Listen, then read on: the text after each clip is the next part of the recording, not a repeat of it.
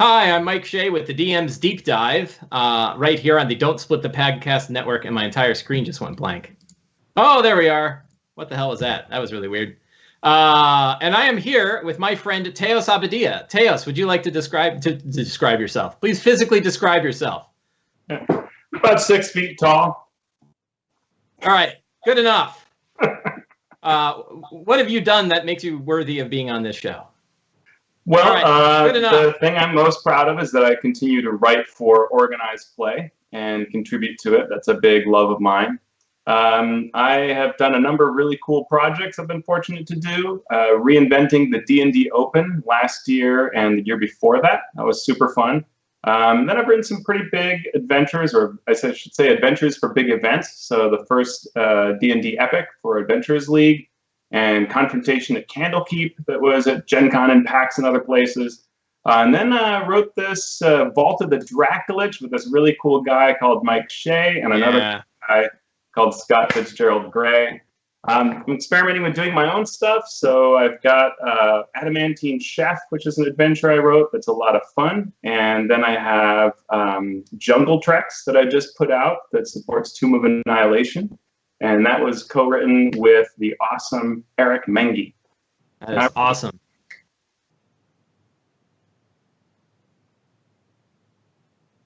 Really? Yeah, sure. Yeah, the whole thing died right as we got started. Okay, so do I hang up and the restart? All right.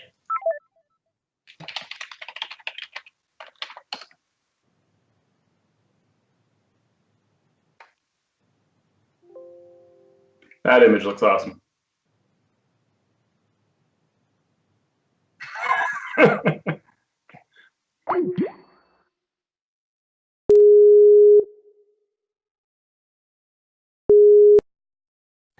Hey, am I back?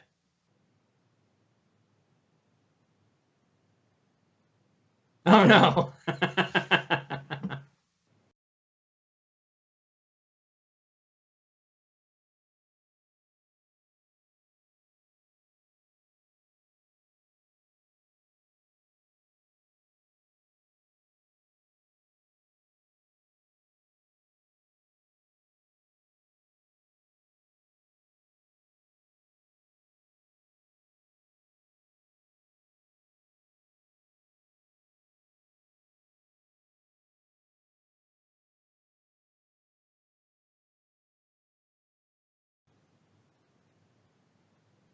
All right. Is the show back on?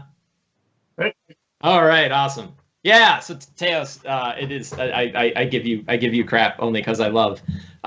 There is nothing cooler to me. Like I think it was Origins where I saw you on like the upper balcony of like 130 tables, just watching 130 groups playing a game that you had written, and I can't imagine how kind of cool that is. And that's not like the only time I've seen you do it.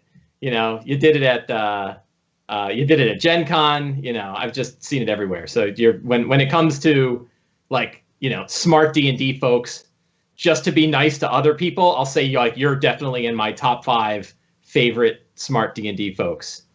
And really, I'm saying that so no one else is insulted.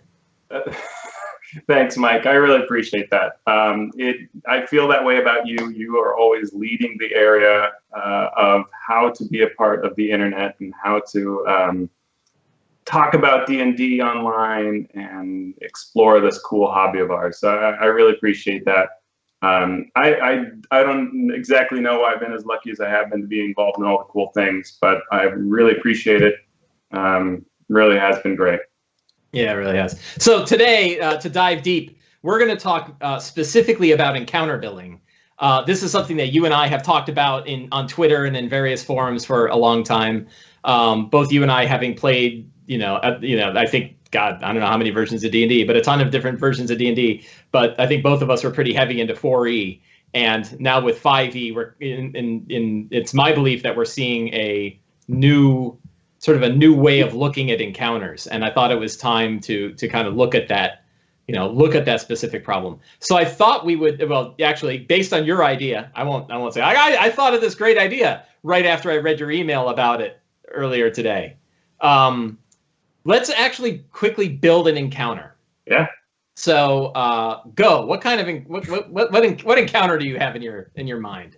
So the first thing that came to mind when you and I were throwing around emails was Ettins. Ettin is, it's like a classic creature. It's a lot of fun. And the moment I thought Ettins, so here, and let's kind of take a step back. So what I do when I create an encounter is I start always with the concept. Yep. I don't start with numbers or anything like that. I'm not, going to hunt through numerically. I'm going to think of an idea.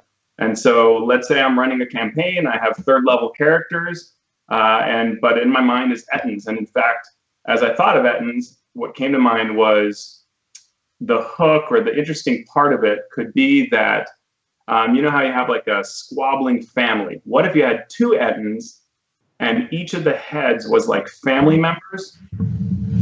And so like one head on one Ettin likes the one head on the second Ettin, but doesn't like its own other head, if that makes sense. Right. So that might be where I start, with just kind of a crazy idea of like create a dysfunctional family with two Ettins.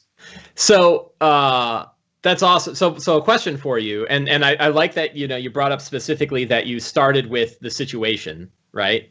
I think in kind of numerous times that I've sort of looked at this idea and talked to DMs about it, and poked folks on Facebook and Twitter about how we go about building encounters, that was prevalent. The idea of start with the story. Yeah. Right. What's the story of it? But one thing that's interesting, in your mind, did you already have an idea that it's going to be a role play encounter or a combat encounter? Or is it like, hey, whatever, we're going to see where it goes? I haven't thought about that, but with something like an Ettin, where the kind of stereotypically the heads have these different kind of personalities, there's an opportunity there for a lot of role playing to come about. Like, you're going to have these various heads and they're members of a family.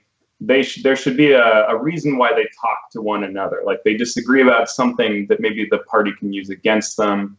Maybe they hold a big secret. You might not even have to truly defeat them, but you can just get the secret out, but the heads disagree as to whether to share it or not. That could be really fun. Mm-hmm. Do you think so? I feel like on and again, I don't really have a lot to back this up other than conversations I've had. But I feel like people often start with, I want to make a combat encounter, and I want to have Ettins, and now I got to figure out mathematically how many Ettins I'm supposed to have. Sure. In your mind, like you haven't even started down that road yet. Is there a point where you're like, I'm not sure that two Ettins that might be too much for a group of third level characters, or they're going to walk over those Ettins? Yeah, so I know enough about creating encounters to know that two Ettins probably won't work, right? But that might be where my brain first goes. And then I might have to figure out how to change that around once I get to the math. But probably before I get to the math, a lot of what I do when I do encounter design, I will start with a piece of paper. And because I usually am doing something else. I might be at my kid's soccer game or something like that.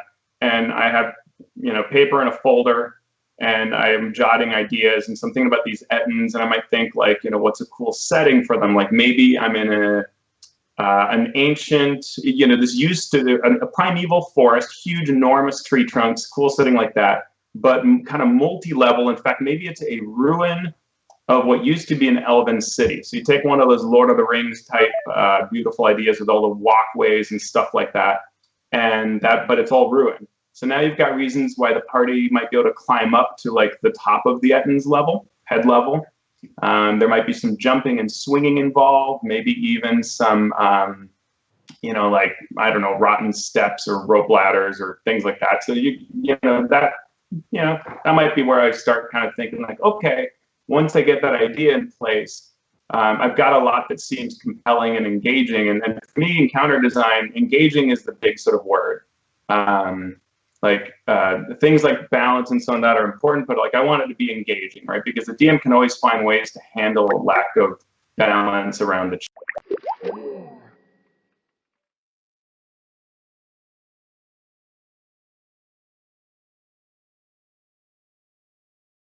I've got maybe a tiny bit of exploration somewhat. Yeah. No, no problem. Yep. Sorry about that. So I was saying, like, if we, what's the last you heard? Something about Ettins. Okay. So, like, let's say we have an event. The two Ettins were arguing with one another. We were trying to discuss whether or not the like 2 Ettins would be too hard for a 3rd level group, and what would the Ettins be doing that would. Yeah. So that gives us the role playing sort of flavor angle, and maybe we've got like a setting element, like an abandoned elven. Yeah, village. that's right. You said the Elven City, right? That's so right. Between that, I might go through some iterations of sort of drafting a bit, but that would be pretty solid for me to kind of go like, okay, now I can look at the math. Right. Do we know what the math is? What's a CR on an Ettin? So an Ettin is CR 4. Okay. All right. So that's what one of them both looks like and looks like. Yeah. So depending on what you use, we've got the DMG. Tells us kind of what to do. Like it gives us on page 82 this kind of like chart that we can use. Where it is. I love that chart. Yeah, it's not as good as the 4th edition one. I'm just kidding. I hate that chart. I hate it too. More I hate is everything that comes around it. But anyway, but yeah, that's the chart we're given. And so and the way it works is, which is confusing to folks who maybe have never done it before, is it doesn't work off of like looking up an Ettin or even looking up a CR. It works off of experience points. Right. And there's stuff that's both good and bad about that. So, the Ettin, a CR4 equals 1,100 experience. And the chart tells us that if you've got 3rd level characters, then it gives us like the average per PC of what is easy, medium, hard, or deadly. Mm-hmm. So if we take our 1,100 and let's say we got like 5 characters, then we end up with something like that's 220 experience per character, right? Take your XP, divide it out. 1 Ettin is 220 XP.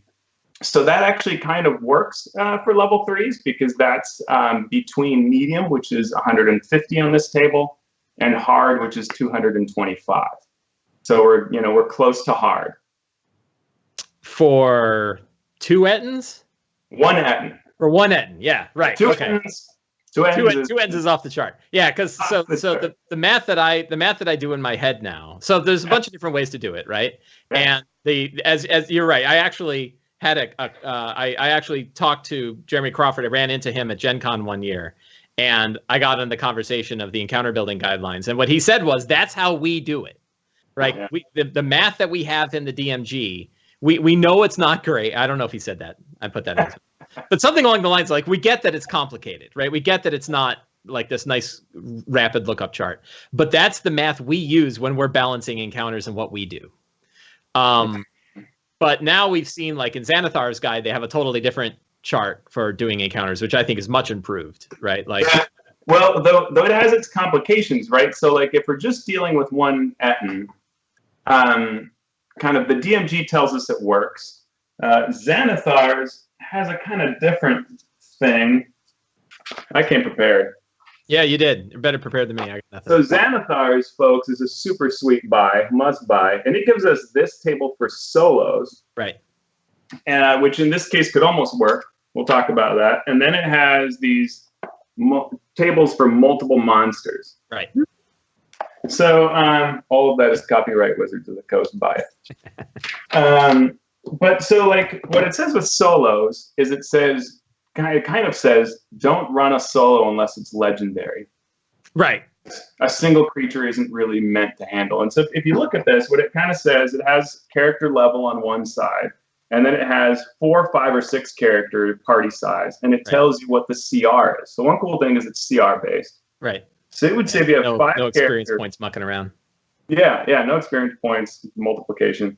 So 3rd level characters, 5 of them can do CR4. Mm-hmm. Perfect. There's our Ettin. Mm-hmm. Mm-hmm. But what's interesting, and that kind of came to the same conclusion that you came to doing the experience point math. Yeah. Right? What Merle says about the chart that's in Xanathar's guide is that the math is the same. It's just a different way of looking at it. And I don't think Merle says it. I think the book says that. Yeah, and the fine tuning is inexact, right? Because we don't have this easy, medium, hard. Right. We just have number of characters and a I don't know what they're calling it. I think it's medium-ish. Yeah. I guess it's a medium plus. Yeah, but right. I don't know for sure. Right. One thing that is interesting, it does have some contradictory stuff. I was looking at this. So it says that if you had 4 characters at 3rd level, you could do a CR3. But then if you look at the multiple monsters, it says that 3rd level characters, a CR3, you need 6 characters to face it. Mm-hmm. It's a 6 ratio, right. And it actually calls out specifically and says you shouldn't run this. Right. And I think the chart is assuming you have more than one monster on the table at that point. I guess it's kind of taking in those multipliers, which we haven't talked about. Right, which it should. Yeah, right. So then there's the whole multiplier feature. Yeah. So let's say that when I'm designing, right, I wanted ettins, right. And the chart tells me you can't have ettins, Teos. It'll kill everybody. Right. Because you have to add double the XP we were working with, that 1100. So it becomes way too difficult. Without other factors. And there's some folks in the chat kind of saying like, hey, life isn't just math. Yeah, right. Who cares? Smarter ways of saying that. We're going to get to that. That's always true. But then we have to really work for that, right? And kind of keep it so that any DM can run it or we can run it and think through the possibilities. But, if we're going to go by math, 2 ettins does not work. So I might say, well, what if I had the ettin with the 2 heads with different ideas and I have a bunch of goblins? Mm-hmm. Those are low-level creatures, should work fine. And one thing that's kind of surprising is with the DMG rules, you have these multipliers. And the multipliers means that depending on how many creatures you have, you get this little multiplier to the total experience you end up with. Multipliers, there we go. Yep. And so just even having 2 creatures in the battle means that I have to do a 1.5 multiplier to the XP. Mm-hmm. So, what ends up happening is that just even a single goblin tells us mathematically that it's at the almost deadly level. And mm-hmm. 2 goblins is deadly.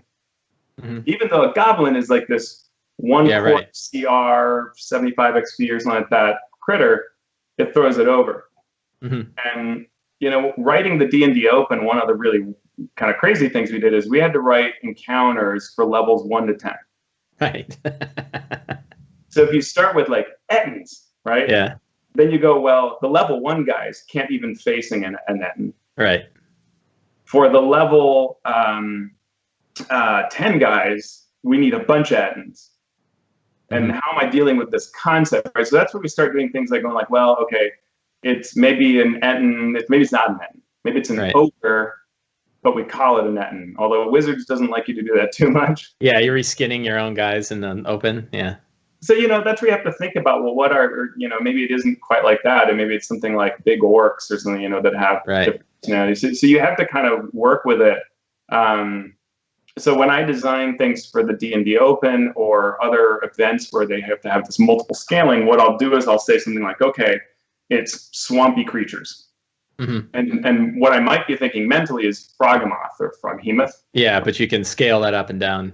But then I might say, well, at low levels, it's actually giant frogs, and I just describe tentacles for fun, and they don't do anything. And then at higher levels, it's really the Froghemoth. Right.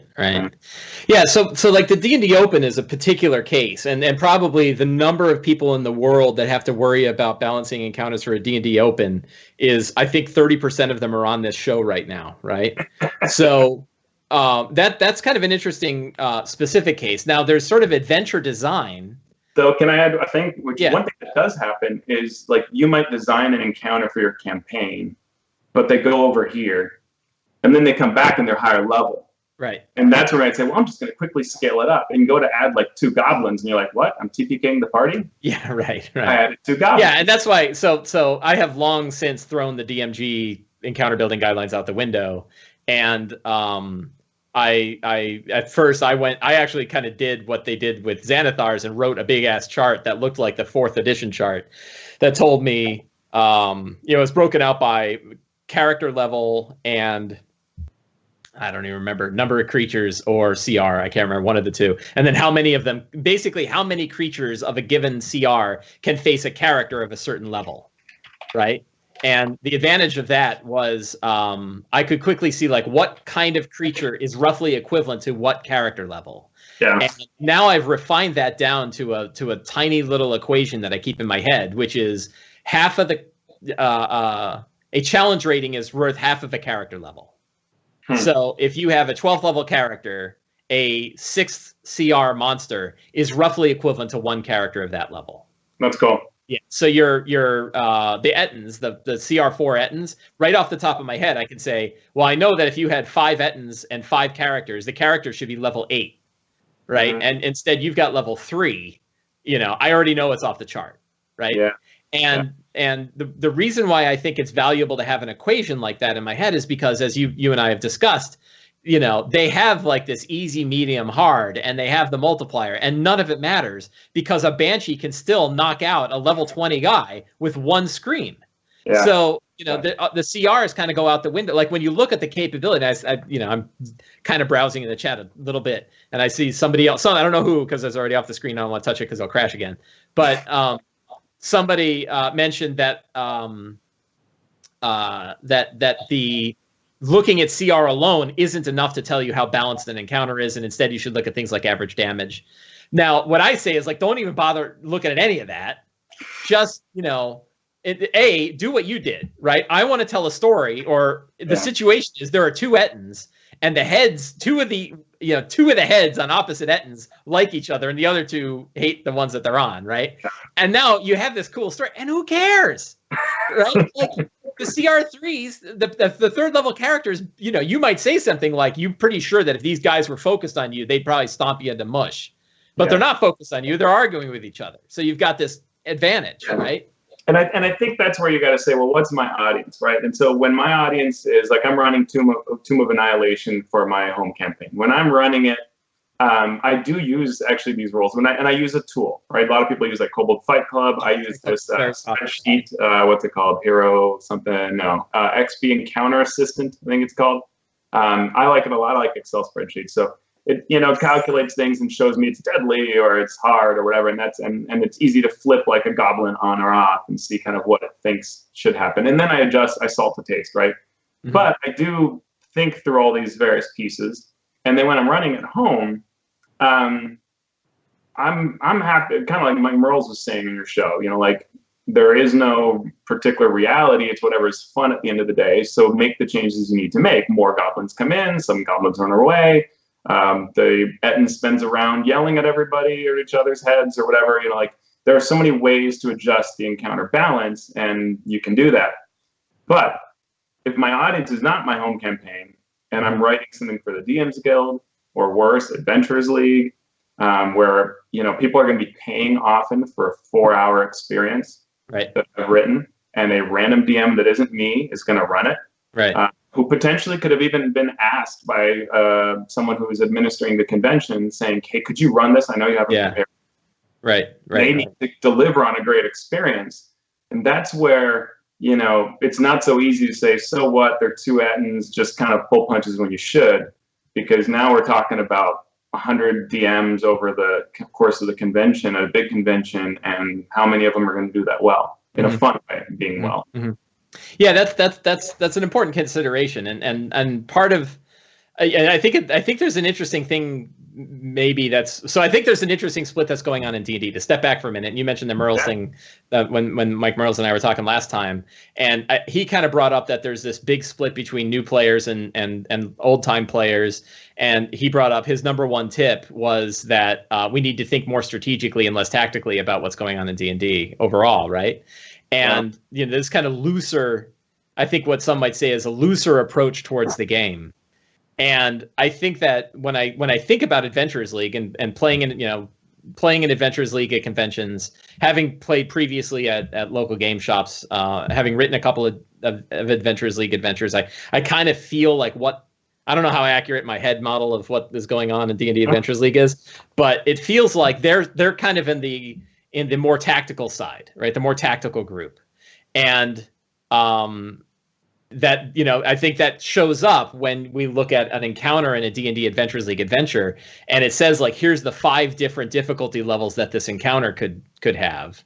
And, depending on what the character level breakout is, this is what kind of monster breakout should occur for this encounter. And part of me feels like the better way to serve that is to try to teach those DMs as much as possible how they can be fluid with it depending on what's going on.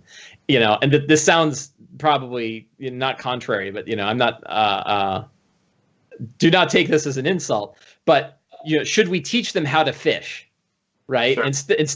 Instead of kind of giving them a table that tells them like, here's what you should do in this situation, do we want to say like, look, you're the DM, we don't know who the hell your characters are or how experienced they are, or whether they're the guy that's dual wielding Harzawans or has never played before. And you're going to have to tune the adventure. And here are 5 different ways you can tune it, and it's, number of monsters, hit points of monsters, yada, yada, yada. I think you're right. Where I'd put in some caveats is kind of 2 things. One is that we want what we write to be friendly to any DM who's sort of making the climb, right? They're still getting started. Yeah, right. We want it to feel welcoming, that this is not like you're being held to some amazing standard, right. And even what some others would say is minimum standard. Like the reality is we want anybody DMing. Mm-hmm. And we'd hopefully want the content to be such that even if you are not particularly great yet, you through it are feeling like you're kind of being handheld a bit and you're working well.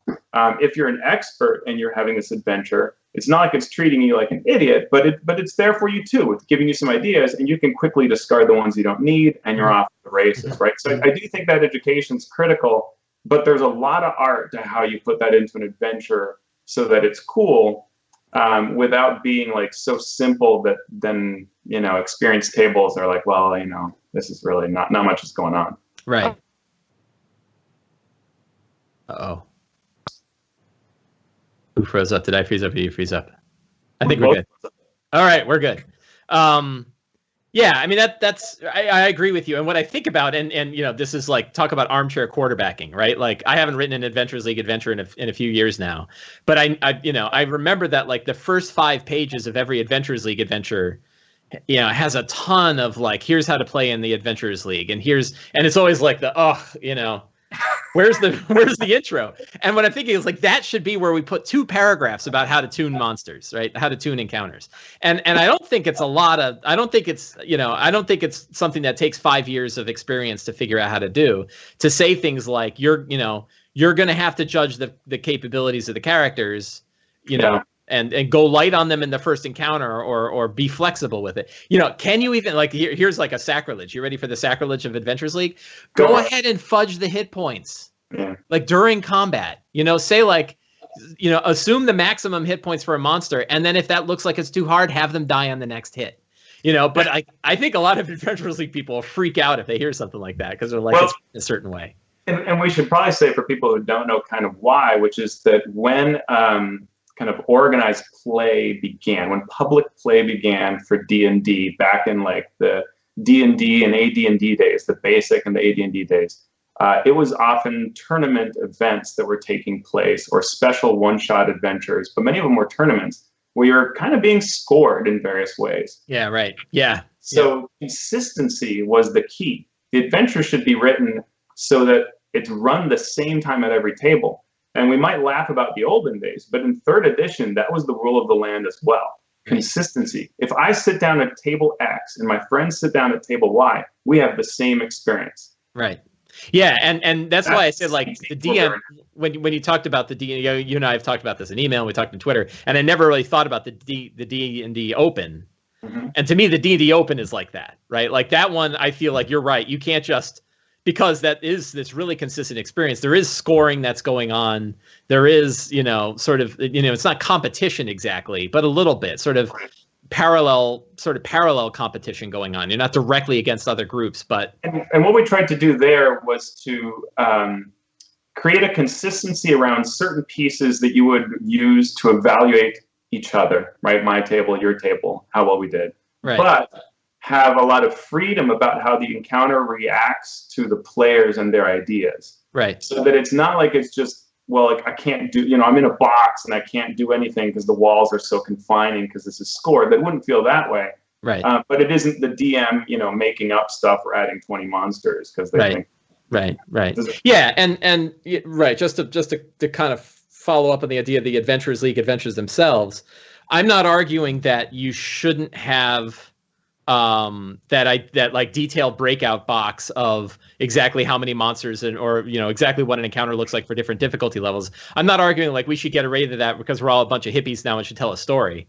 What I'm suggesting is no matter what you put in there, it doesn't work anyway. Right? Like you're going to sit down at a table and you're going to pick it. I've seen it happen, right? I've seen it happen in almost every game I run at, where like 2 of the players are really experienced with really powerful characters and 4 of them aren't, but the DM didn't quite figure that out and it got too hard. The next thing I know, I'm fighting Erinys at level 6, and they're kicking my ass and I'm mad, right? And I'm like, I paid money for this game and I'm getting my ass kicked by an Erinys because of that jerk across the table with a super powerful character, right? So it does. I think that even when we try to put in this, and I think this gets to the encounter building guidelines in the DMG. The disservice that they do is not only is it too complicated to use, it doesn't even work when you use it. So, but part of that, what we can do is when you're designing an encounter, the challenge is only a part of the experience, right? Yeah. So how hard an Etten hits and how accurate it is and all that is part of the sauce, but it's not the only sauce. And if someone obliterates the Etten, hopefully not in a round because then we don't get to do anything. But assuming it just gets killed, it's not a threat, right? The Etten is not a threat.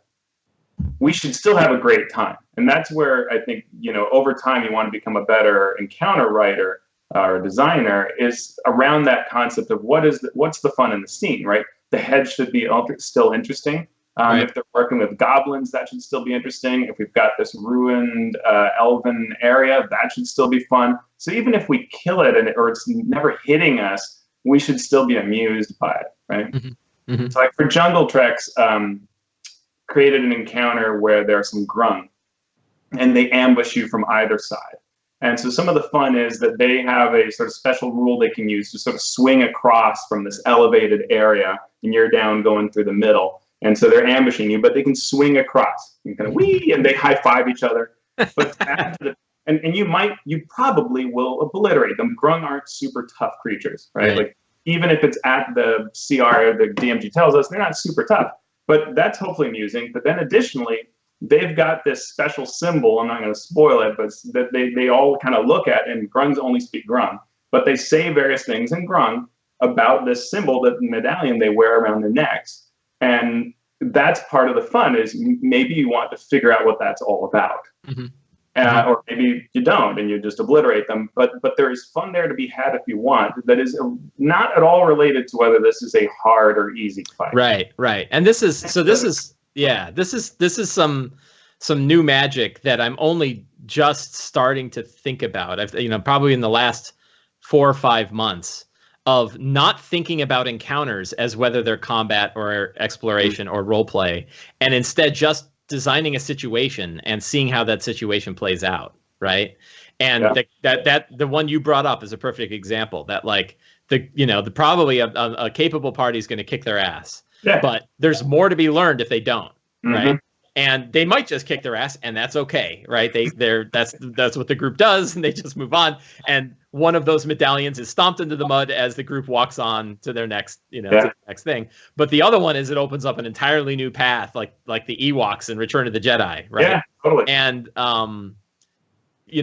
but I think when we so obviously you and I are talking with multiple hats on, right? Like there's designer hats and home game designer hats and DMs and everything like that. But from a designer perspective, even like a homebrew designer perspective, a DM who's just building their own adventure for their home game, I think the idea of not deciding how that battle is going to play out. I screwed up already, right?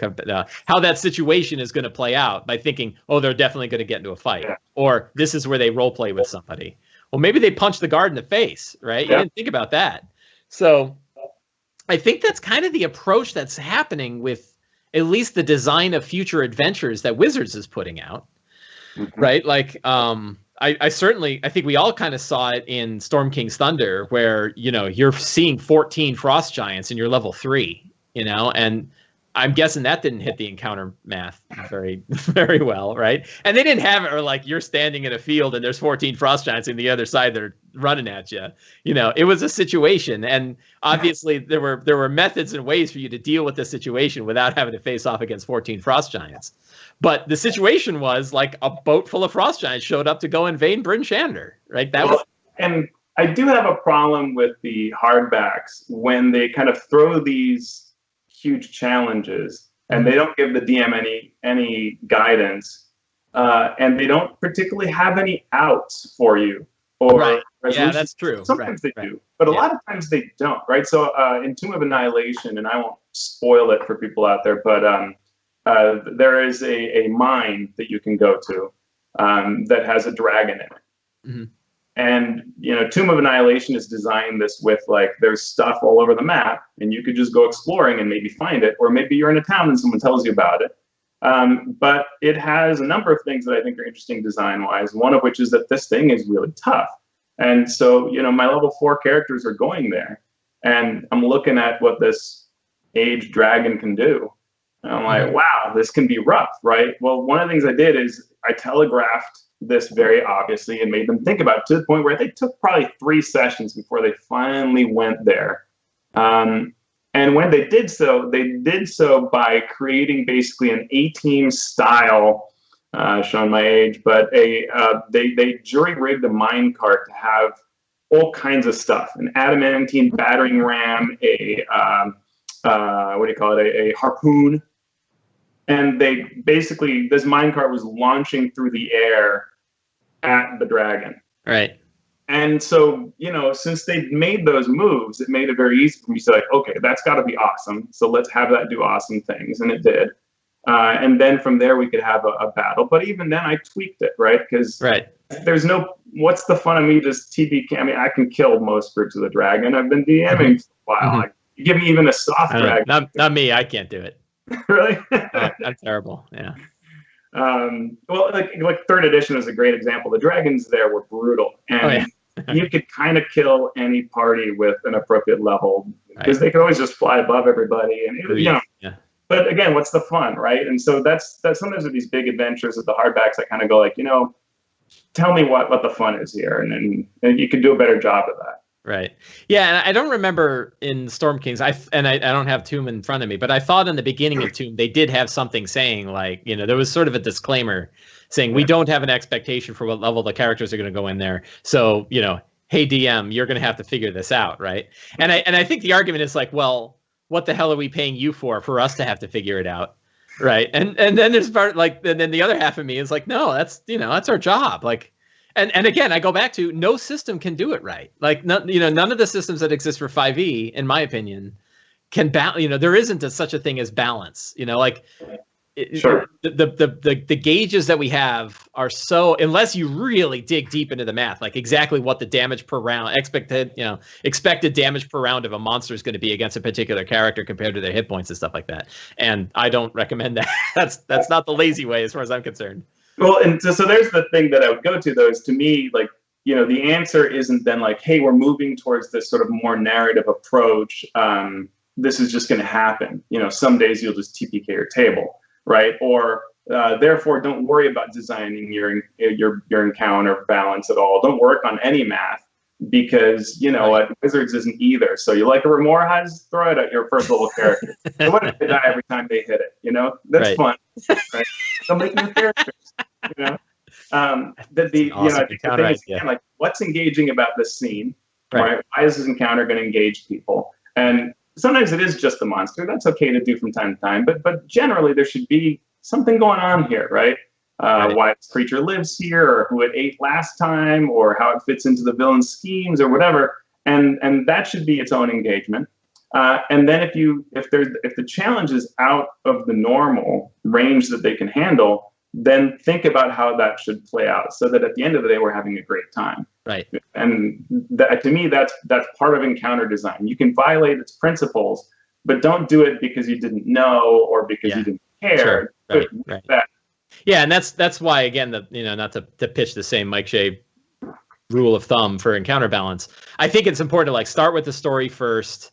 Think about what makes sense for the kind of situation, the Ettins that are talking to each other, and then in your head, do a bunch of quick math that says, 2 Ettins is going to be too hard for a group of level 3s.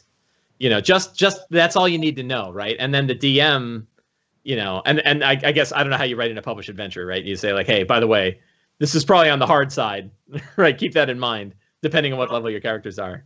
I mean, not to self-promote, but when I did Cloud Giant's Bargain, one of the things that happened there, it was a very funny kind of thing to write, because they were like, hey, write this adventure that people get when they go to see Acquisitions Incorporated Live.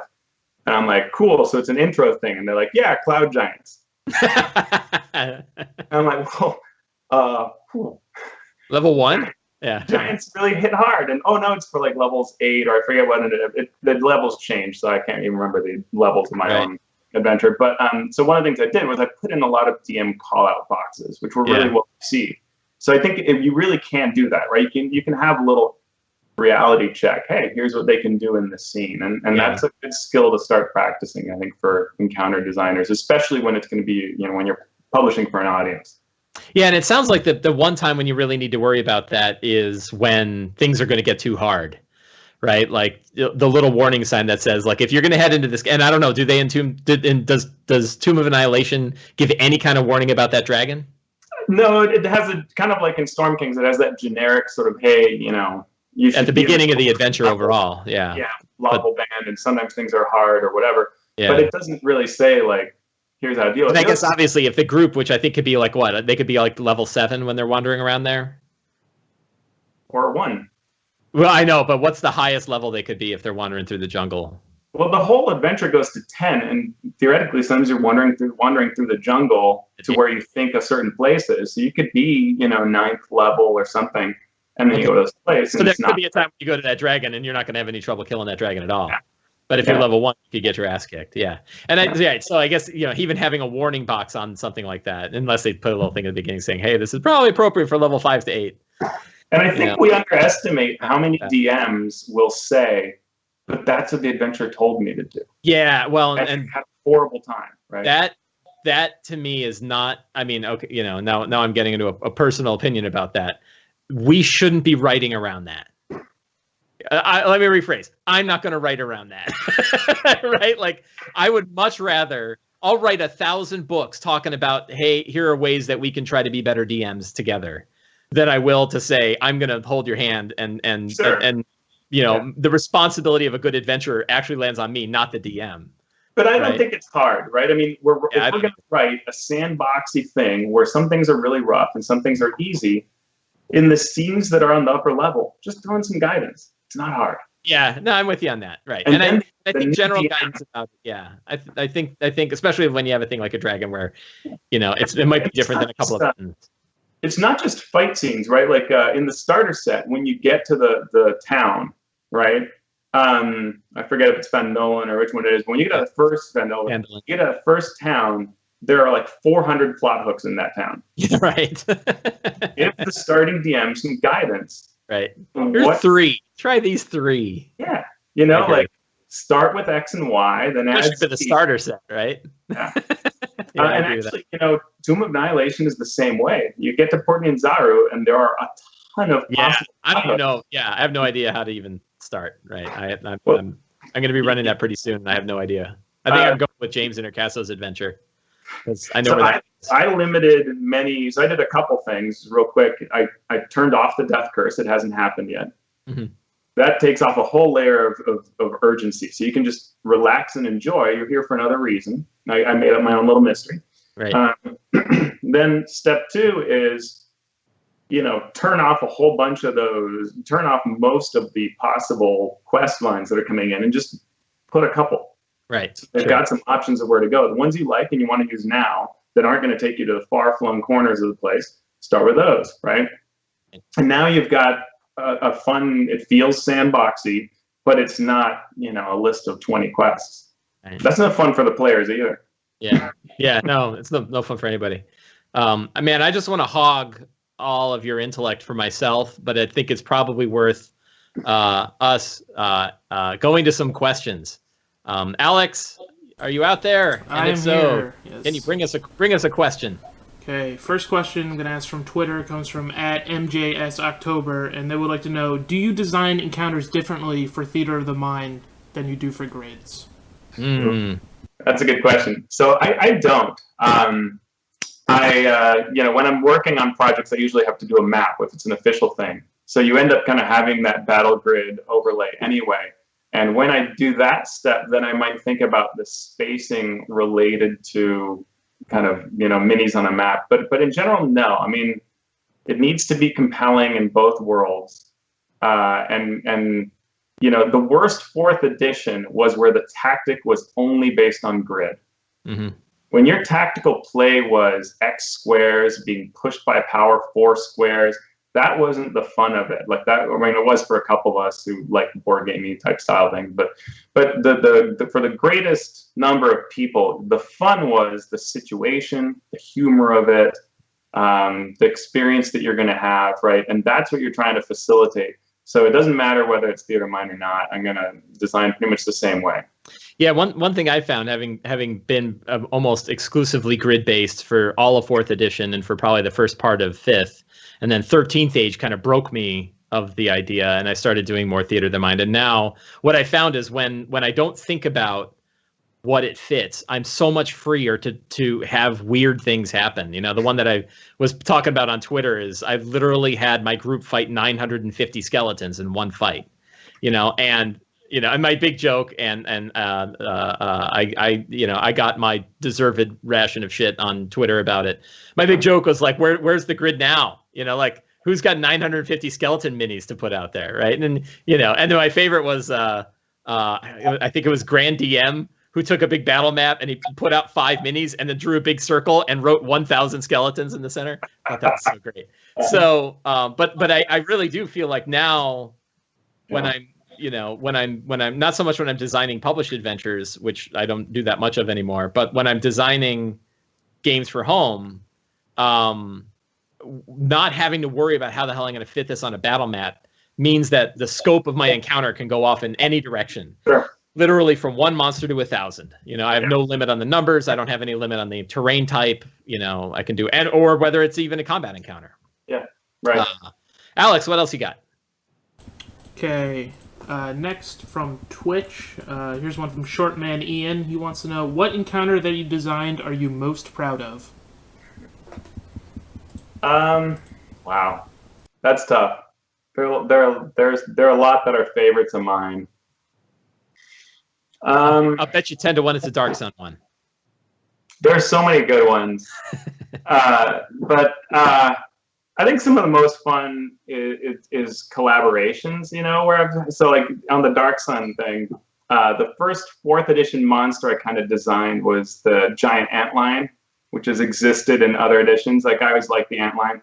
And so then I was working with this guy, Ian Ramsey and Justin Turner.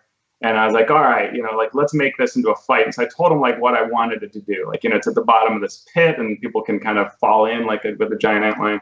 And then it can grab you in its pinchers and like whirl you around and beat up people. And so those kinds of, when you get those visions to come out and become real, and then you run them at the conventions or seeing being run, and it's fun. That's super neat.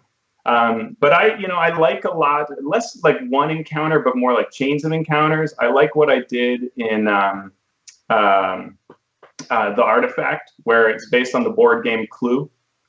And you have all these ghosts that are in different places, and your job is to figure out which ghost murdered the head wizard and with what. And you have some role-playing hooks there and ways that all plays out.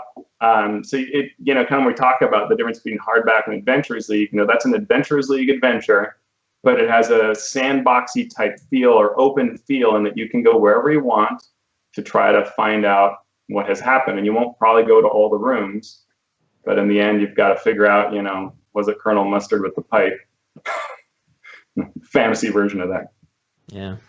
Yeah, I think I'm just, thinking about encounters that I've enjoyed building. I think I ran all of the 4th edition modules that came out. With Orcus was the final boss and stuff. And I can't remember what the hell the name of the monster was, but it was a giant elemental primordial beast that was going to destroy the heart of the abyss and thus destroy the multiverse.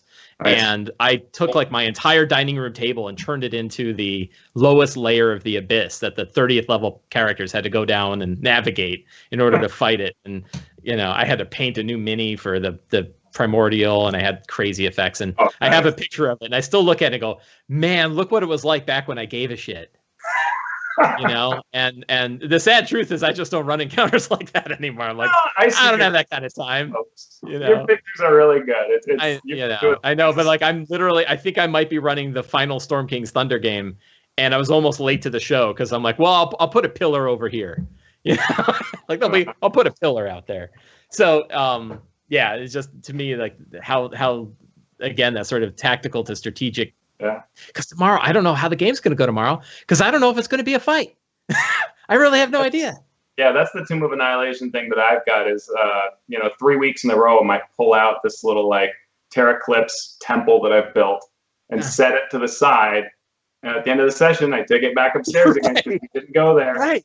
I have a really cool idea about where it's going to go, but it's a choice or sort of a kind of a choice. Like it's a potential reaction that they're going to make that literally could be on one plane of existence or another.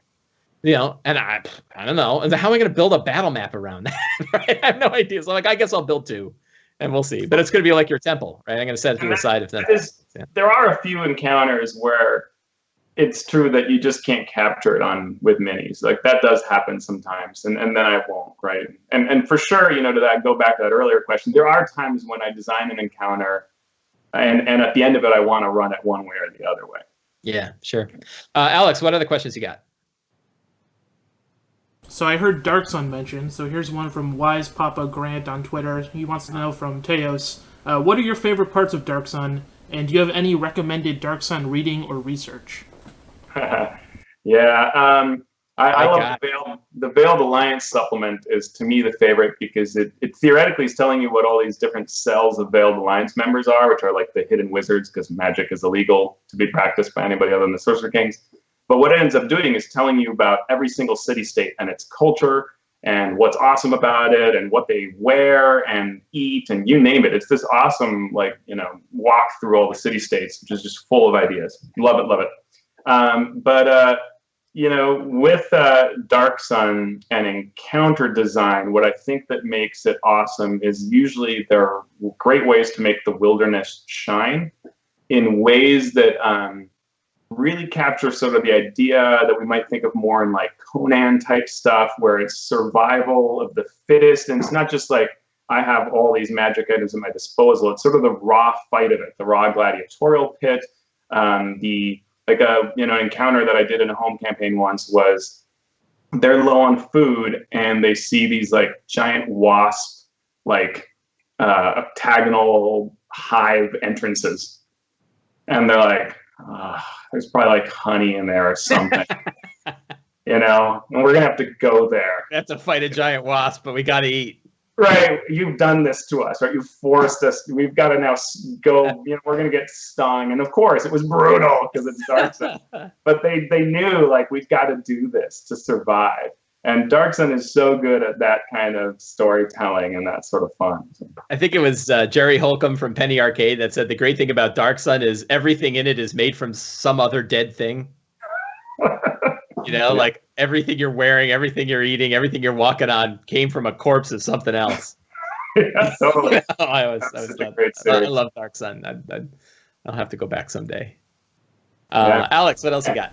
Okay, from Twitter, @BlakeRyanBatman wants to know, how do you make challenging social encounters that don't lead to combat? So there are kind of 2 answers to that. So if you're doing like a campaign, then hopefully an interesting scene like that is going to be based off of the things that are going on with the players and how that intersects with the campaign. So, if you're meeting with like a merchant prince and you're running Tomb of Annihilation at home, hopefully you're creating some cool interactions between the merchant princes so that these interactions have a real visceral feeling, right? I want this objective. I just got this mine started again. We've got ore flowing. I'm going to do this for them to help them. And the merchant prince says, if you tell everybody, they'll be dead by, by next month. But I just saved these people. Well, then you've got to work with me. Or different angles like that. My campaign, one of the guys, this druid, he wants to date one of the merchant princes. And when characters give you stuff like that, then you go with it and you make that a big part of not just the discussion with her, but with other merchant princes. Because now that politics has teeth to it, maybe your actions could cause her to get killed, right? The more you start working those kind of aspects in there, now it's a challenge. And the other thing is the players start recognizing that you make notes about what they do and what they want, and that those are going to play into social encounters. And that gold pays off for itself time and time again, because they know everything they do can and will be used against them and for them, right? They'll get rewards, they'll get cool stuff, but there's danger. And now it feels like a movie, right? Now it feels like anything can happen in this next episode. Sorry. Yep. It's interesting that I think I haven't really run into it very much where social encounter scenes turn into combat unexpectedly for me. I think that's an interesting sign, right? And this is one of those are the players telegraphing what they want more of in the game? Yeah. And if you're if the king is saying hey, I'd like you to go, and your barbarian charges them, maybe you ought to start them in the dungeon, right? If that's really what they're interested in. And I've seen it the other way too, where in my DM head, I'm thinking now they're going to fight 12 orcs, and they're doing everything they can to negotiate with the orcs. And I'm just fight the orcs, for crying out loud. But what they're doing is they're telegraphing their desire to have an interaction. So then, as a DM, we kind of have to we have to be fluid to that idea. And so I think, again, not having had it happen, but on the assumption that you have a group where they're real trigger happy, they're real eager to kind of join. Maybe they don't feel like they have enough. They're not having enough of a say in what's going on anyway. They're not, I've definitely seen it where they want to negotiate with the king and nobody's a charisma person, right? They're all built for combat. And it's well, then give them combat, Then the king's okay, off to the caves you go. So I don't know that, but it's very circumstantial, but a lot of times our players telegraphing their desire for a game. I think some of it too is, as a DM, think through what you want to see happen, right? If you want to run Game of Thrones as a theoretical quote, that's hard, right? What? I don't know how I'd do that. But the more that I want to get there, the more that I want to make sort of these scenes have reveals and surprises and developments. And so then if I want that kind of angle to even start to approximate being what's in my game, then I've got to add that. But I also have to make it visceral, I have to give the players things and have their goals match up with the campaign. Right. That's the advanced stuff that as DMs, every day we're getting better at. You're never going to start out, at least I haven't met anybody who started out knowing all this stuff or has some marvelous model. You just you start working with it. In my home campaign, I'm fortunate to have two guys who, often in fights with humanoid type dudes, will spare them and enlist them. So the gang members have a job and they're not allowed to use their gang name. Right. That's gone. You can't use it anymore. And I got you a job with the harbor master. So then they come into town and they get it's all their guys. Yeah. Right, about what's going on. Yeah. And so you start kind of working with that, and that's super fun. I had a Neogi bartender once because they spared a Neogi and turned it into their bartender. So things like that. Excellent bartender. You can see it moving around. Right. He just had all his hands out and would psychically do stuff to people. Yeah, they had a succubus dancer and everything. Alex, what else you got? Okay, another one from Twitter. It's from Dummy Erd. Do you worry about balancing counters to highlight PC abilities, or do you just put problems in front of your players and they need to apply themselves? Yeah, so I kind of balance for their level. I don't particularly try to do challenge levels to make people shine. but I will take into consideration their capabilities and their kind of typical tactics. So like the druid who always shape changes into things, then giving them things to fight on the ceiling, and they can be in their spider form and fight up there could be kind of cool. Aspects like that, but not because it's necessarily hard. I might single someone out, for a solo combat or something, kind of over to the side where everybody else fights over here. That could be cool. But it's more along those lines than specifically making it hard so they shine or hard for a particular person. Yeah, I often recommend that idea of know the capabilities of the characters and then building counters that show those off. And I don't know if I've ever done it. Just because it's hard, right? How do you design an encounter? So it's so I'll just give a lot of different types of encounters with the expectation that probably people are really good at one encounter or the other. I'll tell you the hardest instinct that I have to fight against is negating things that players have or characters have that feel overpowered to me. Guy always uses prismatic spray, so I really want to get around prismatic spray instead of thinking here's 14 people you can prismatic spray and feel awesome as they all turn to stone and get sent to other planes of existence. But it's my competitive nature comes out, and I have to put that aside. And part of it is not caring, right?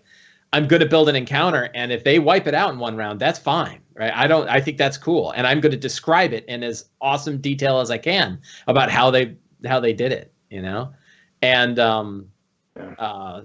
I think that to me is probably stronger for highlighting a particular character, is that when they do get away with something like that.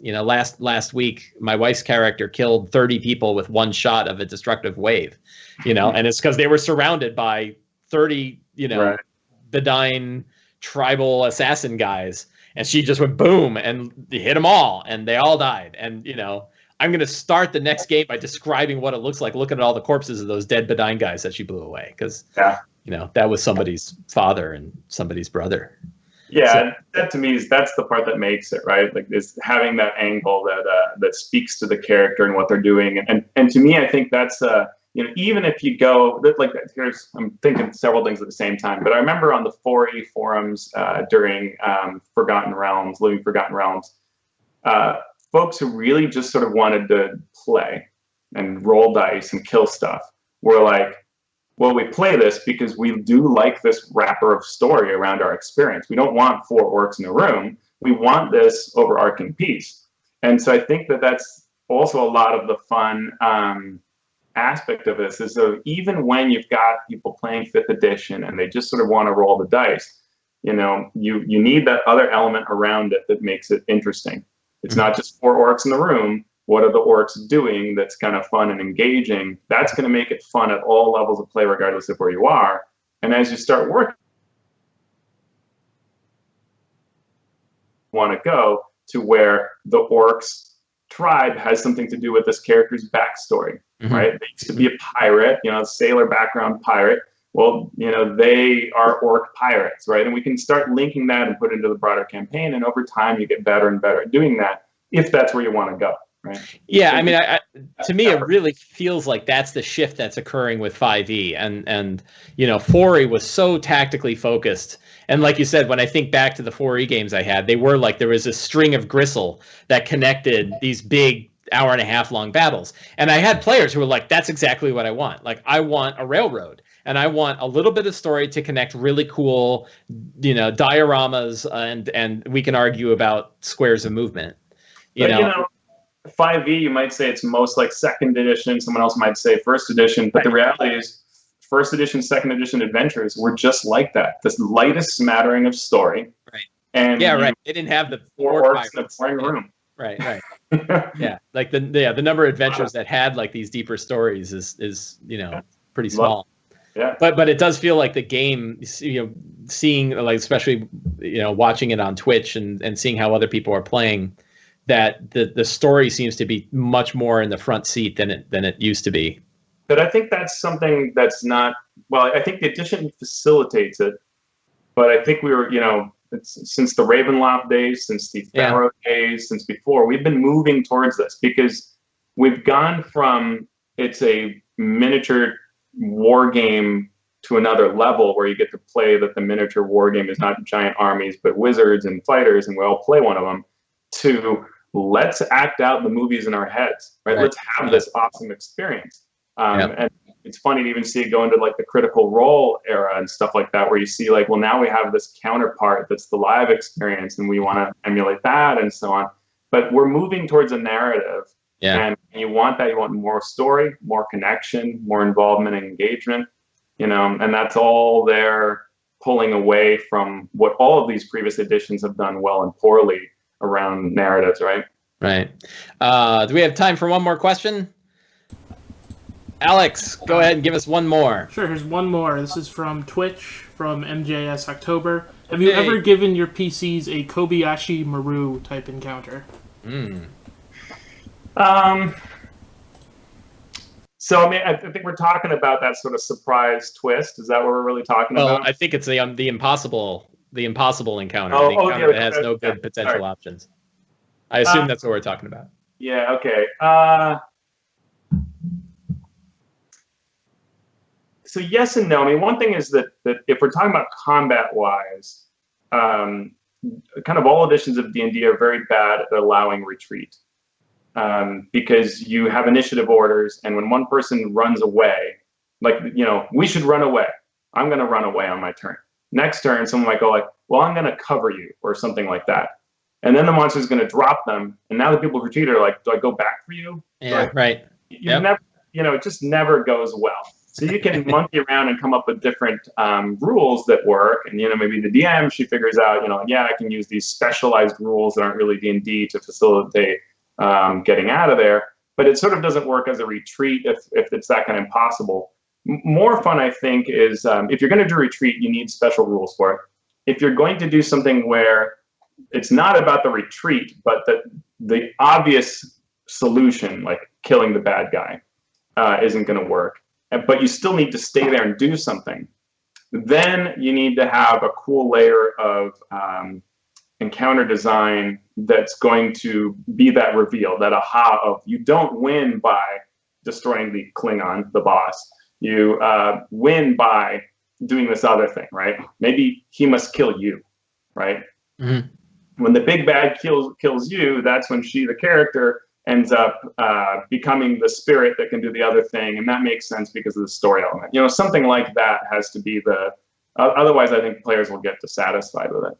Yeah, so I've definitely had sort of hard situations where I don't know how the characters are going to get around it.